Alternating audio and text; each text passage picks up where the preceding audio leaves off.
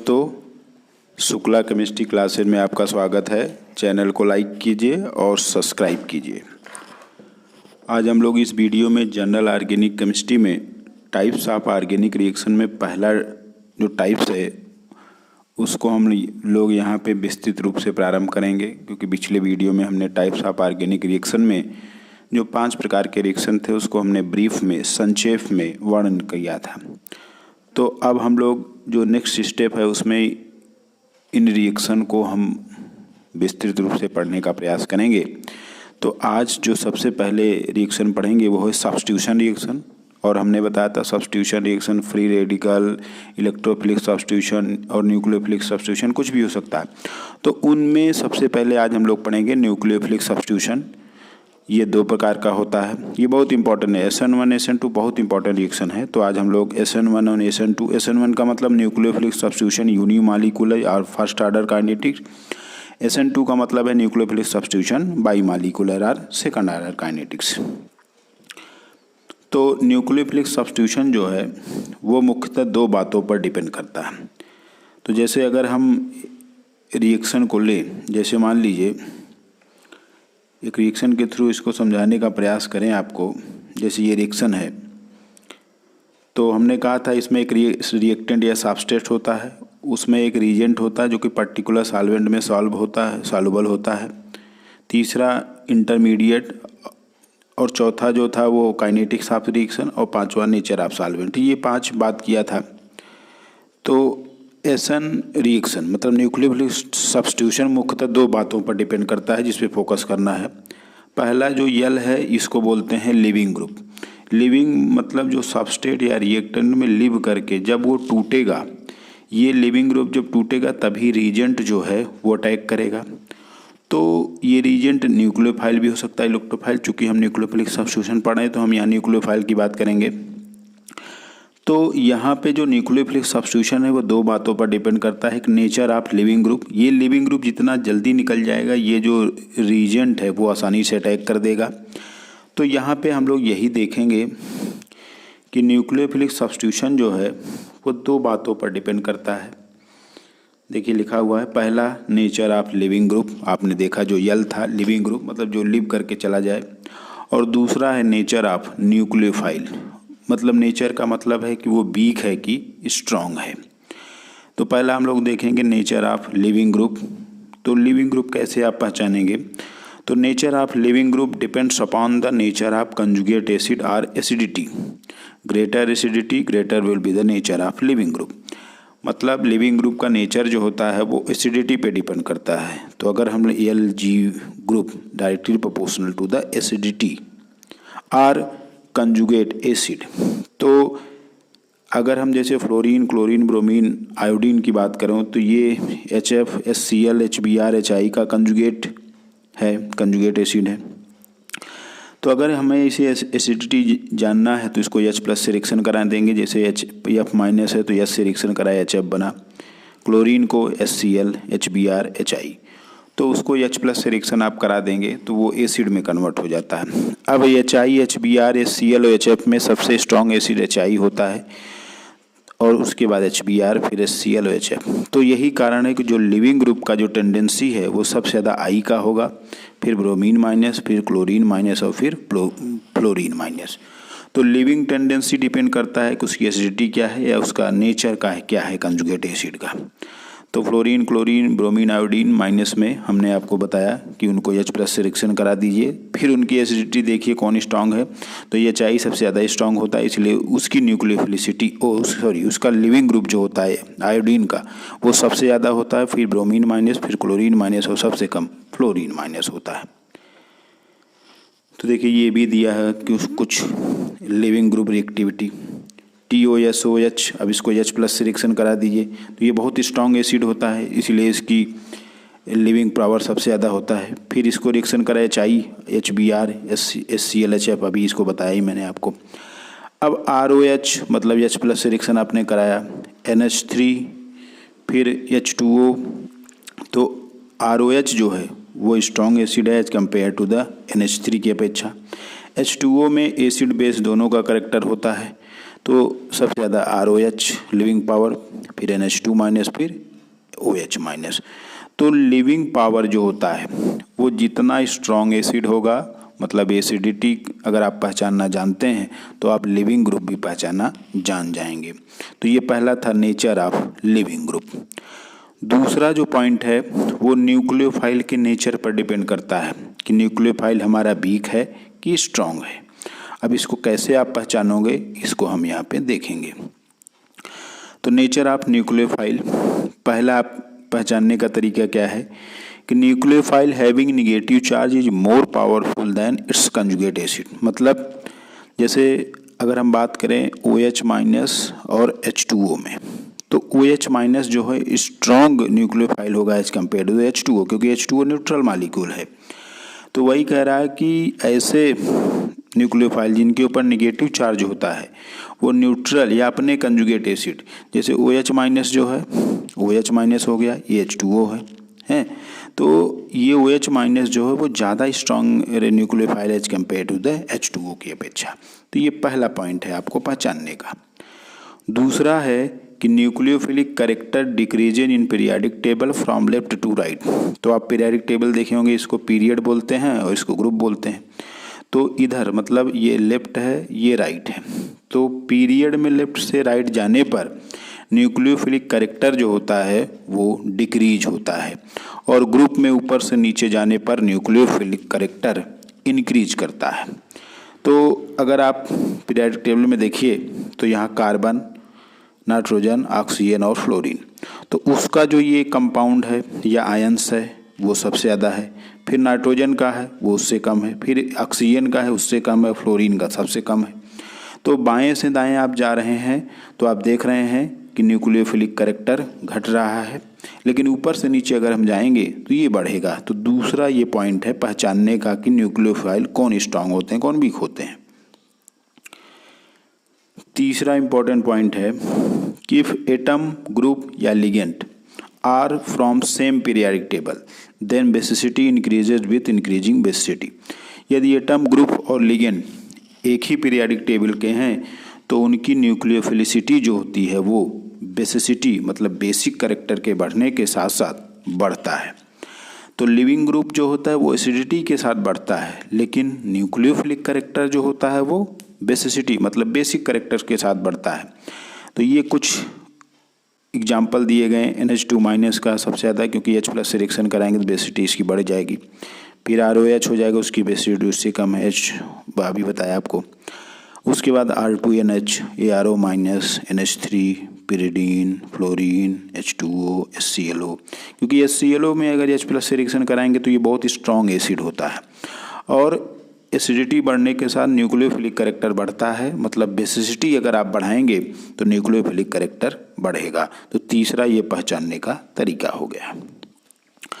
चौथा भी एक इम्पॉर्टेंट पॉइंट है कि carboxylate ion have a more oxygen, जिसको पर कार्बोक्सिलेट आयन बोलते हैं, वो ज़्यादा स्ट्रॉन्ग न्यूक्लियोफाइल होता है कार्बोक्सिलिक आयन जो कि इटसेल्फ होता है। तो पर कार्बोक्सिलेट आयन या पर बेंजोएट आयन उसको बोलते हैं जिसमें एक ऑक्सीजन बढ़ जाता है। तो आप देखो इसको बोलते हैं कार्बोक्सिलेट आयन, लेकिन इसमें एक ऑक्सीजन ज़्यादा है तो इसको पर कार्बोक्सिलेट आयन बोलते हैं। तो पर कार्बोक्सिलेट आयन या R की जगह बेंजीन होगा तो पर बेंजोएट आयन, तो इनकी न्यूक्लियोफिलिक कैरेक्टर जो होता है न्यूक्लियोफिलिसिटी वो कार्बोक्सिलेट आयन की तुलना में ज़्यादा होता है। ये चौथा पहचानने का तरीका है। तो हमने आपको 4 पॉइंट बताया। पहला, जो चार्ज वाले न्यूक्लियोफाइल होते हैं वो ज़्यादा स्ट्रॉन्ग होते हैं as compare to the neutral. दूसरा, पीरियाडिक टेबल में पीरियड में बाएं से दाएं जाने पर बढ़ता है, बाएं से दाएं जाने पर घटता है और ऊपर से नीचे जाने पर बढ़ता है। तीसरा, हमने आपको बताया कि अगर एटम, ग्रुप और लिगेंड एक ही पीरियाडिक टेबल है तो वो देखा जाएगा उनकी बेसिसिटी या बेसिक कैरेक्टर के आधार पर। और चौथा मैंने ये पॉइंट बताया। अब हम लोग मैकेनिज्म में आ जाएंगे SN1 और SN2 रिएक्शन में। तो SN1 में क्या होता है, जैसे एक सबस्ट्रेट है, इसमें जो लिगेंड होता है वो बहुत वीक होता है, वेरी इंपॉर्टेंट, अभी आगे सब आपको पॉइंट बताएंगे। तो इसमें जो जो न्यूक्लियोफाइल है या रीजेंट है बहुत वीक होता है, तो इसमें फर्स्ट स्टेप में ये लिविंग ग्रुप जो है निकल जाता है, क्योंकि लिविंग ग्रुप का कार्य ही है कि वो लिव करके, लिविंग ग्रुप उसका नाम ही है, लिव करके चला जाए। तो जैसे ही रिएक्शन इनिशिएट होता है, ये स्लोवेस्ट स्टेप होता है और स्लोवेस्ट स्टेप ही हमेशा रेट डिटरमाइनिंग स्टेप होता है। तो ये जो सबस्ट्रेट है इसमें लिविंग ग्रुप निकलना प्रारंभ होगा।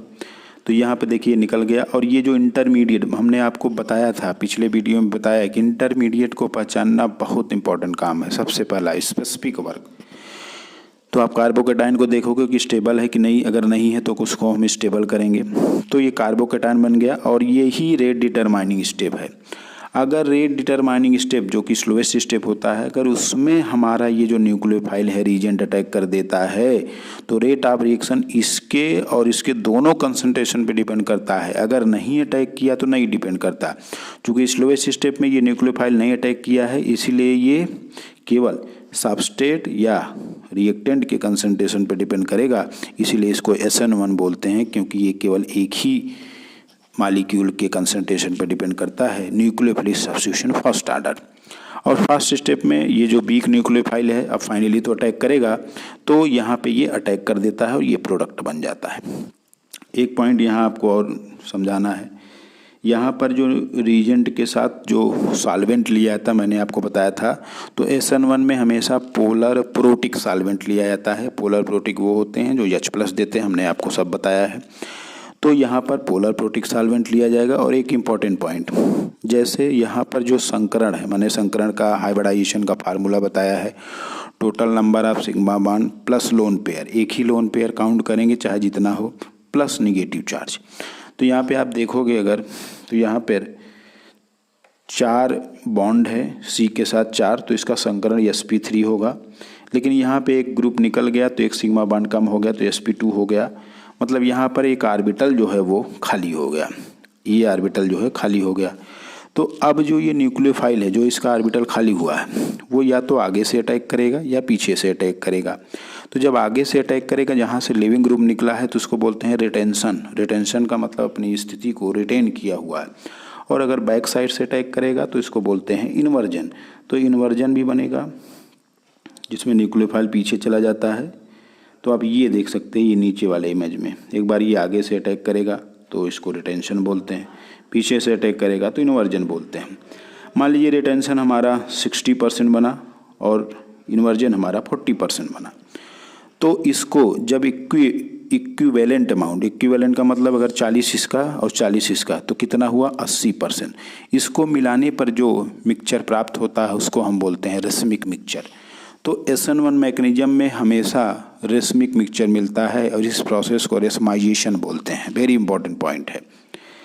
तो SN1 मैकेनिज्म में मुख्य पॉइंट हमें क्या देखना है। अब कार्बोकेटाइन की स्टेबिलिटी की बात करें तो हमने आपको कार्बोकेटाइन की स्टेबिलिटी पिछले वीडियो में बताया है। 3 डिग्री सबसे ज़्यादा, फिर 2 डिग्री, फिर 1 डिग्री। अगर 1 डिग्री यहाँ बनेगा तो हम रीअरेंजमेंट करके 3 डिग्री, क्योंकि स्टेबिलिटी की ही मेन बात हो रही है। तो पहला पॉइंट हमें क्या देखना है कि SN1 रिएक्शन डिपेंड करता है केवल सबस्ट्रेट के कंसंट्रेशन पे। दूसरा, इसमें जो सॉल्वेंट होगा वो पोलर प्रोटिक होगा। तीसरा, जो नेचर ऑफ न्यूक्लियोफाइल है वो हमारा वीक रहेगा, H2O मतलब न्यूट्रल टाइप के मॉलिक्यूल। चौथा, हमारा ये जो इसका स्टीरियोकेमिस्ट्री है वो रेसमाइजेशन प्रोडक्ट प्राप्त होता है। तो ये कुछ इंपॉर्टेंट पॉइंट हमने आपको यहाँ समझा दिया। अब आगे इसको देखते हैं। तो ये देखिए, ये एक इम्पॉर्टेंट पॉइंट यहाँ पे और आपको बता दें। जब ये लिविंग ग्रुप निकल रहा था तो लिविंग ग्रुप के निकलते समय एक ट्रांजिशन स्टेट बनता है, ट्रांजिशन स्टेट 1। और जब ये लिविंग ग्रुप निकल रहा है तो उस समय ट्रांजिशन स्टेट 1 बनता है।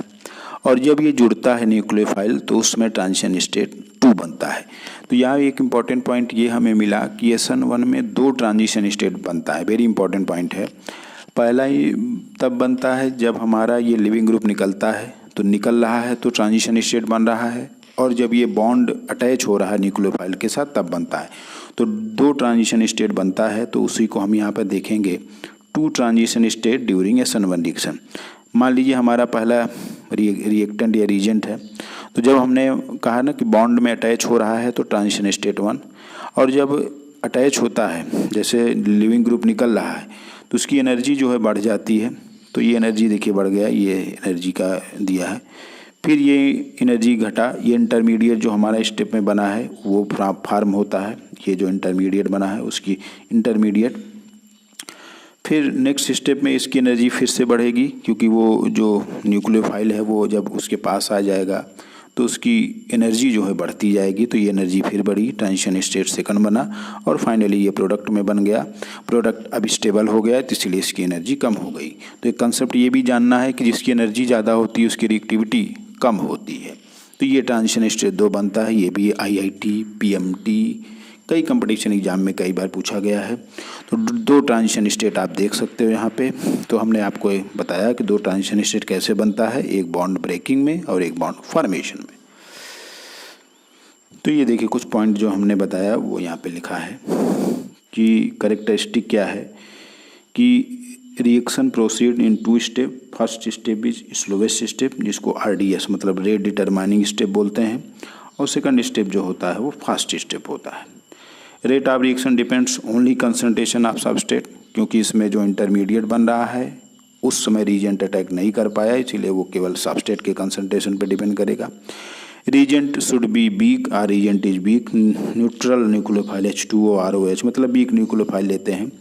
चौथा stability of carbocation 3 degree more stable than 2 degree and then 1 degree. Polar protic solvent increase the reactivity, यहाँ पे पोलर प्रोटिक सॉल्वेंट लेते हैं, हमने आपको बताया। SN reaction has a racemisation stereochemistry means both inversion and retention product are form in the reaction. आपको हमने बताया कि इसमें रिटेंशन भी बनता है, आगे से भी अटैक करता है, पीछे से भी अटैक करता है। तो इस प्रोसेस को रेसमाइजेशन बोलते हैं, हमने आपको बताया। और लास्ट पॉइंट इसके लिए है कि there is 2 transition state are form during SN1 reaction. तो हमने आपको फिगर भी बताया कि कैसे बनता है। तो इतने पॉइंट इंपॉर्टेंट है। IIT, PMT किसी भी एग्जाम में आप तैयारी करते हो तो ये सब पूछे जाते हैं। नेक्स्ट इंपॉर्टेंट जो है SN2। SN2 क्या बोलते हैं? Nucleophilic substitution by molecular reaction. SN2 में क्या होता है कि इसमें जो सबस्ट्रेट होता है ये है, इसमें जो न्यूक्लियोफाइल होता है वो स्ट्रांग होता है। तो जैसे रिएक्शन प्रोसीड करता है, ये जो लिविंग ग्रुप है ब्रोमीन, लिविंग ग्रुप जैसे रिएक्शन प्रोसीड होगा तो दोनों एक्टिव होते हैं। अब अगर वीक हैं तो नहीं एक्टिव होगा, लेकिन स्ट्रांग है तो एक्टिव रहेगा। तो लिविंग ग्रुप का काम निकलना शुरू हुआ, तो लेकिन हमारा जो ये जो न्यूक्लियोफाइल है वो स्ट्रांग है, और जब स्ट्रांग है तो उसका मतलब वो टाइम जो है बहुत कम लेगा। तो जैसे लिविंग ग्रुप अटैक कर निकलेगा वैसे ही न्यूक्लियोफाइल अटैक कर देगा। अब एक पॉइंट आपको यहाँ ये जानना है कि चूंकि ये जो लिविंग ग्रुप है वो निकल रहा है तो इस पर निगेटिव चार्ज आ रहा है और OH माइनस में निगेटिव है, तो ये इसीलिए सामने से अटैक नहीं करता, क्योंकि समान चार्ज एक दूसरे को अपोज करते हैं, विरोध करते हैं। तो हमेशा ये लिविंग ग्रुप निकल रहा है तो ये हमेशा बैक सीट से ड्राइव करेगा, मतलब पीछे से अटैक करेगा, कभी भी ये सामने से अटैक नहीं करता है। तो यहाँ पे जो स्टेट बना इसको ट्रांजिशन स्टेट बोलते हैं। ट्रांजिशन स्टेट वाइज स्टेट होता है जिसमें देखिए कार्बन पहली बार 5 बॉन्ड के आसपास बना है, इसकी एनर्जी बहुत हाई हो चुकी है। और transition state inversely proportional to the steric hindrance. Steric hindrance का मतलब बल्कीनेस, बल्की ग्रुप। ये जितना कम होगा ट्रांजिशन स्टेट उतना अच्छा बनेगा, और ट्रांजिशन स्टेट इसके लिए बून है अर्थात वरदान है। जितना अच्छा ट्रांजिशन स्टेट बनेगा उतना जल्दी ये प्रोडक्ट में कन्वर्ट होगा। तो स्टेरिक इफेक्ट का मतलब यहाँ पर जो उसके चारों ओर ये जो ग्रुप लगे हैं ये जितने छोटे होंगे रिएक्शन उतना अच्छा होता है। इसीलिए SN2 रिएक्शन में हमेशा 1 degree carbon ion, 1 degree always 1 degree carbocation ज़्यादा स्टेबल होता है 2 degree as compare to the 3 degree, क्योंकि 3 डिग्री में हमें स्टेबिलिटी ऑफ कार्बोकेटाइन देखना रहता है, लेकिन इसमें हमें ग्रुप जितना छोटा होगा उतना स्टेरिक हिंड्रेंस कम होगा और ट्रांजिशन स्टेट उतना अच्छा बनेगा। और ये क्या हुआ कि उसके बाद ये जो लिविंग ग्रुप है ये निकल गया और OH आके रिएक्शन कर गया। ये आप देख रहे हैं पीछे से अटैक किया है तो 100% इन्वर्जन प्रोडक्ट मिलता है। इन्वर्जन का मतलब पीछे से।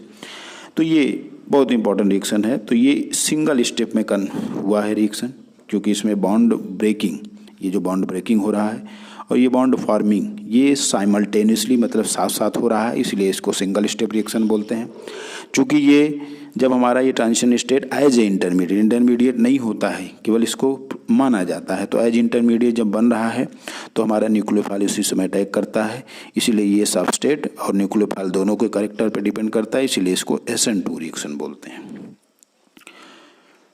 अब इसका ट्रांजिशन स्टेट देख लें। इसका ट्रांजिशन स्टेट देखिए, ये रिएक्टेंट है, इसमें क्लोरीन निकल रहा है। तो जब ये एक ही ट्रांजिशन स्टेट बन रहा है, तो जब क्लोरीन निकल रहा है तो उसके बाद ये ब्रोमीन उसी समय अटैक कर रहा है। एक अनदर एग्जांपल, तो ये देखिए ट्रांजिशन स्टेट बना और ये ट्रांजिशन स्टेट ये इस पॉइंट पे बना हुआ है और उसके बाद क्या होता है, क्लोरीन निकल जाता है और ये इन्वर्जन प्रोडक्ट मिल जाता है। तो ये इसमें चूँकि ट्रांजिशन स्टेट एक ही बनता है तो इसीलिए इसमें ये रिएक्टेंट है, ये न्यूक्लियोफाइल है, ये ट्रांजिशन स्टेट है, ये प्रोडक्ट है। और प्रोडक्ट चूँकि स्टेबल है इसके लिए उसकी एनर्जी बहुत कम है, क्योंकि एनर्जी और रिएक्शन प्रोग्रेस के बीच में ग्राफ खींचा गया है। तो ये कुछ कैरेक्टरिस्टिक हैं उसके। जैसे इसमें reaction proceed in single step हमने आपको बताया, क्योंकि bond breaking bond formation simultaneously होता है। दूसरा, rate of reaction depends on concentration of reactant and reagent both, क्योंकि इसमें रिएजेंट स्ट्रॉन्ग है। रिएजेंट शुड बी स्ट्रॉन्ग होना चाहिए, OH- NH2-। तीसरा, इसमें जो सॉल्वेंट यूज किया था वो पोलर एप्रोटिक सॉल्वेंट होता है। SN1 में पोलर प्रोटिक होता है, इसमें पोलर एप्रोटिक होता है।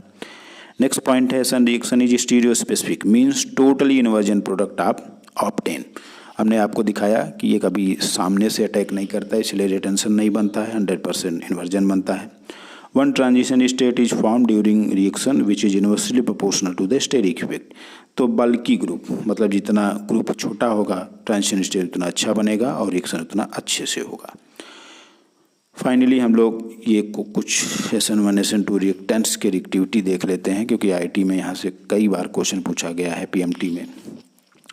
तो MEX का मतलब है जैसे CH3X, तो अगर ये CH3X होगा तो उसमें SN1 बैड होगा और SN2 बहुत अच्छा होगा, क्योंकि जो जितना छोटा इसमें बल्कि ग्रुप होगा वो उतना अच्छा SN2 देता है। ये वाला देखिए, तो इसमें SN1 बैड होगा, ये गुड होगा। ये 3 डिग्री मतलब लिविंग ग्रुप निकल जाएगा तो यहाँ प्लस आ जाएगा, 3 डिग्री कार्बोकेटायन बनेगा। तो देखिए SN1 एक्सीलेंट हुआ है लेकिन SN2 बैड होता है, क्योंकि ये ग्रुप अगर बढ़ेगा या तो इसकी रिएक्टिविटी SN2 के प्रति घट जाती है। तो 3 डिग्री हमने बताया, 3 डिग्री सबसे अच्छा SN1 देता है। 2 डिग्री SN1 SN2 दोनों देते हैं, लेकिन 1 डिग्री SN2 देता है। तो इसमें बैड उतना नहीं है, ये इसमें गुड है। और ये नेक्स्ट पॉइंट आप देख सकते हो, ये इसमें जब X निकलेगा तो यहाँ रेजोनेंस स्टेबलाइज होता है। ये इस वाले कार्बन पर है, थोड़ा ये इसको बढ़ा लीजिएगा, एक कार्बन यहाँ पे छूट गया है। तो ये सही में इसका ये है, ये तो ये जब X निकलेगा तो यहाँ प्लस आएगा, ये रेजोनेंस स्टेबलाइज कार्बोकेटायन है। तो इसमें SN1 भी अच्छा होगा और SN2 भी अच्छा होगा। नेक्स्ट जो ये है, ये इसको इस प्रकार आप समझ सकते हो। X तो ये कार्बन है, तो यहाँ X निकलेगा तो यहाँ प्लस, तो ये क्या है, रेजोनेंस स्टेबलाइज कार्बोकेटायन है। तो इसमें SN1 भी होगा अच्छा और SN2 भी होगा। ROX, इसमें RO ये CX, तो ये भी रेजोनेंस स्टेबलाइज कार्बोकेटायन, मतलब रेजोनेंस स्टेबलाइज, तो इसमें रेजोनेंस स्टेबलाइज, तो ये SN1 वेरी गुड होगा और SN2 गुड होगा। और ये जो दिख रहा है इसमें SN1 होता ही नहीं, केवल इसमें SN2 होता है। एक्सीलेंट है, IIT के एग्जाम में बहुत बार पूछा गया। ये भी है, तो इसमें भी ये SN1 बहुत अच्छा नहीं होता है, लेकिन SN2 बहुत अच्छा होता है। तो ये कुछ SN1 SN2 रिएक्टेंट्स की रिएक्टिविटी है। कुछ IIT PMT और एग्जामों में जो आए हुए क्वेश्चन SN1 SN2 के हैं उसको हम आपको अलग से करा देंगे। तो आज हम लोगों ने इस वीडियो में SN1 SN2 को बहुत ही अच्छे तरीके से पढ़ने का प्रयास किए हैं। शुक्ला केमिस्ट्री क्लासेस को लाइक कीजिए और सब्सक्राइब कीजिए। Thank you very much.